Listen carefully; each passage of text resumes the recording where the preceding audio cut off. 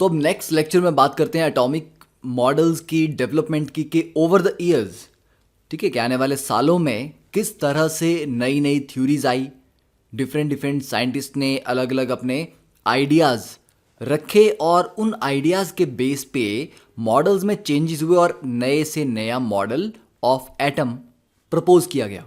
ठीक है, तो अगर हम शुरुआती देखें तो कुछ इंपॉर्टेंट डिस्कवरीज जिन्होंने एटॉमिक स्ट्रक्चर को शेप किया है बेसिकली उसकी मॉडल की डेवलपमेंट को, तो 1897 में जे थॉमसन ने इलेक्ट्रॉन डिस्कवर किया in a cathode ray tube experiment.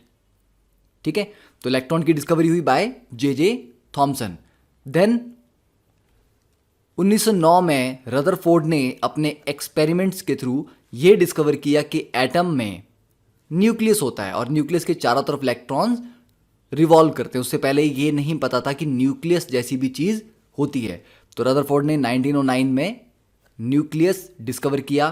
फिर नेक्स्ट ईयर या समवेयर अराउंड दैट 1906 से लेकर 1914 के बीच में मेजरमेंट ऑफ इलेक्ट्रॉनिक चार्ज के इलेक्ट्रॉन को डिस्कवर तो किया थॉमसन ने, पर उसके ऊपर चार्ज कितना है ये R.A. मिलिकन ने अपने ऑयल ड्रॉप एक्सपेरिमेंट से कंफर्म किया। तो उसने क्या मेजर किया कि एक इलेक्ट्रॉन पे चार्ज कितना होता है।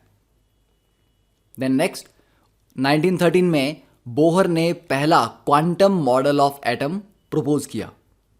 ठीक है, तो पहला जो मॉडल आया था, सबसे पहला जो मॉडल था that was Dalton's atomic theory आई। फिर मॉडल जो आया वो आया थॉमसन का प्लम पुडिंग। फिर रदरफोर्ड का मॉडल आया न्यूक्लियर मॉडल। फिर बोहर का मॉडल आया। बोहर के मॉडल के बाद जो नेक्स्ट डेवलपमेंट हुई वो आई डी ब्रॉगली की वेव पार्टिकल डुअलिटी, जिसने कहा कि चीज़ों में पार्टिकल नेचर तो होती है, वेव नेचर भी होती है। ठीक है, तो हर चीज़ में पार्टिकल और वेव नेचर दोनों होती हैं। तो ये 1924 में इसकी wave particle dual nature theory आई। उसके बाद 1926 में श्रोडिंगर की फेमस इक्वेशन, ठीक है, जिसके बेस पे हम एटम्स में जो इलेक्ट्रॉन्स मूव कर रहे हैं उनके ऊपर कैलकुलेशंस करते हैं, उनके एनर्जी लेवल्स कंप्यूट करते हैं। तो आज का जो एटॉमिक मॉडल है क्वांटम मैकेनिकल मॉडल, वो श्रोडिंगर की इक्वेशन के ऊपर काफ़ी हद तक बेस्ड है। ठीक है, तो श्रोडिंगर की इक्वेशन के जस्ट अगले ही साल हाइजेनबर्ग का अनसर्टेनिटी प्रिंसिपल आया। ठीक है, जिसने कहा कि हम पोजीशन और मोमेंटम को साइमल्टेनियसली और एक्यूरेटली डिफाइन नहीं कर सकते। देखो ये सारी चीज़ें हम इस चैप्टर में पढ़ने वाले हैं। मैं जस्ट आपको एक सीक्वेंस बता रहा हूँ कि किस किस तरह से डिस्कवरीज होती रही। ठीक है, तो 1927 के बाद जाके 1932 में न्यूट्रॉन डिस्कवर हुआ। तो इलेक्ट्रॉन डिस्कवर हुआ था 1897 में। ठीक है, उससे 35 साल के बाद तीसरा जो फंडामेंटल पार्टिकल है दैट इज न्यूट्रॉन, वो डिस्कवर हुआ और उसके बीच में इतनी सारी डेवलपमेंट्स हो चुकी थी। ठीक है, तो हमें आइडिया होना चाहिए कि किस तरह से एटम की डेवलपमेंट में कितना टाइम लगा और एफर्ट लगा इन साइंटिस्ट का। अब अगर देखें कि टाइमलाइन ऑफ एटॉमिक मॉडल के बिल्कुल शुरुआती दौर से अगर हम बात करें तो एटॉमिक मॉडल कैसे डेवलप हुए। डेमोक्रिटस ने 400 BC बिफोर क्राइस्ट, बहुत पुराने करीब 2500 साल पहले, यह प्रपोज किया कि matter is compose of tiny discrete particles which we now call atoms. ठीक है, एटम वर्ड कहां से आया?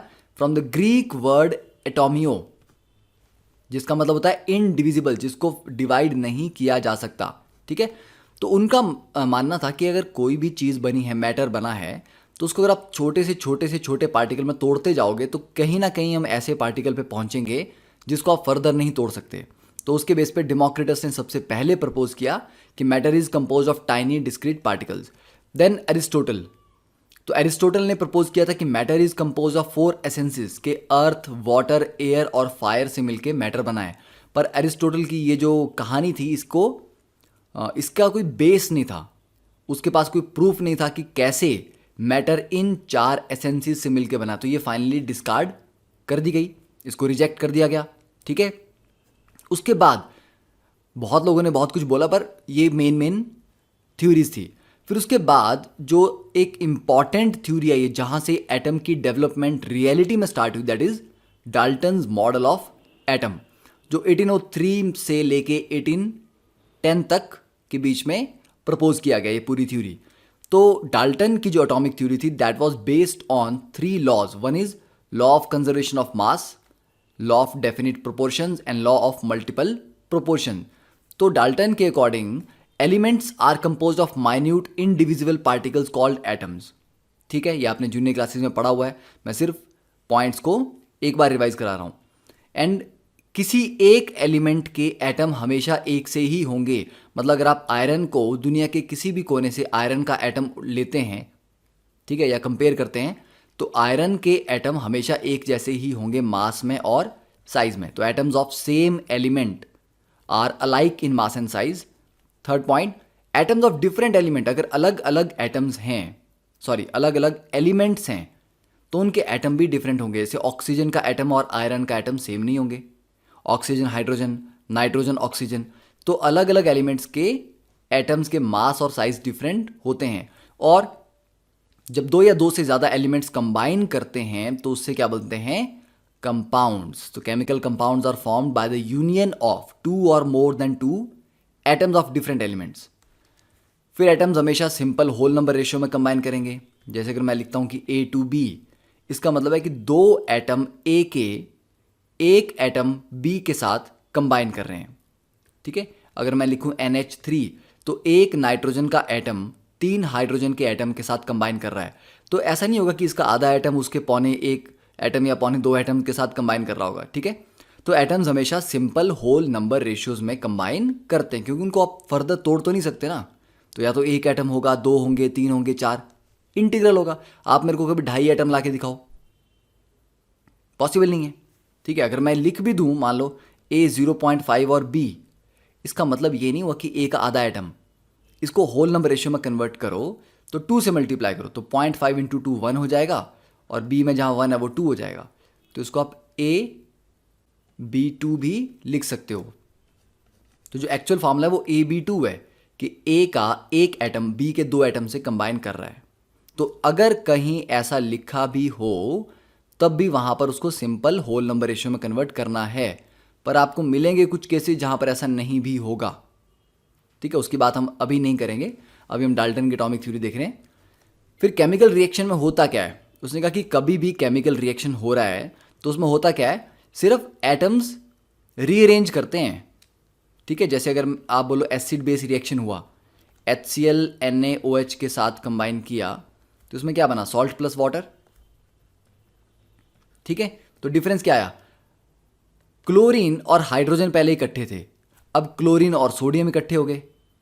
सोडियम, ऑक्सीजन और हाइड्रोजन पहले इकट्ठे थे, अब ऑक्सीजन और हाइड्रोजन ने ये दूसरा भी हाइड्रोजन भी ले लिया। तो एटम ऐसा नहीं है कि यहां पर पहले क्लोरीन था और वहां गायब हो गया। एटम्स उतने ही रहते हैं, पर वो किसके साथ जुड़े हुए हैं ये डिफरेंट कर जाता है, कि रिएक्टेंट में वो किसी और एटम के साथ जुड़े होते हैं, प्रोडक्ट में किसी और के साथ। तो केमिकल रिएक्शन सिर्फ रीअरेंज करते हैं कि एटम्स किस तरह से एक दूसरे के साथ जुड़े हुए हैं।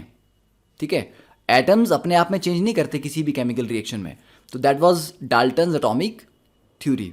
ओके, सो अगर आपको नोट करना है तो you can note it down by pausing the video